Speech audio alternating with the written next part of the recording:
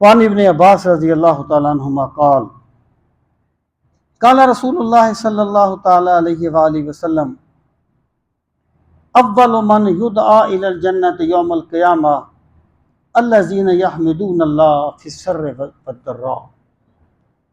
سرا اچھی حالت کو کہتے ہیں، ضراء مشکل حالت کو کہتے ہیں۔ دیکھیں بات یہ ہے کہ ایک چیز نا بندے کا مزاج بن جاتی ہے، پھر وہ حالات سے بے نیاز ہو جاتا ہے۔ اگر آپ اس کو مادی طور پر دیکھیں تو ایک بندے نے پانی پینا اس کی جبلت ہے، اس نے پانی پینا ہے۔ اچھا وہ جتنا بھی مصروف ہوگا نا، جب اسے پیاس لگے گی تو پانی پیے گا، جب اسے بھوک لگے گی تو کھانا کھائے گا، جتنا بھی وہ مصروف ہوگا، یہ یعنی اس کی جبلت ہے۔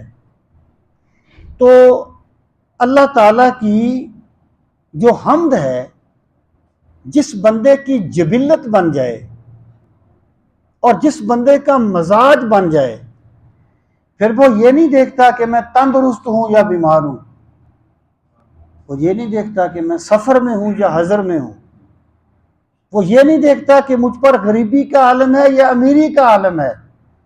پھر اس کے دل سے اللہ کی حمد یوں نکلتی ہے جیسے اس کی سانس نکلتی ہے۔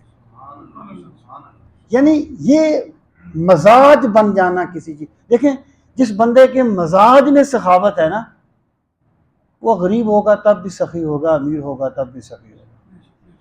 اور جس کے مزاج میں بخل ہے، وہ امیر ہوگا پھر بھی بخیل ہوگا، غریب ہوگا پھر بھی بخیل ہوگا، کیونکہ اس کا مزاج نہیں بنا۔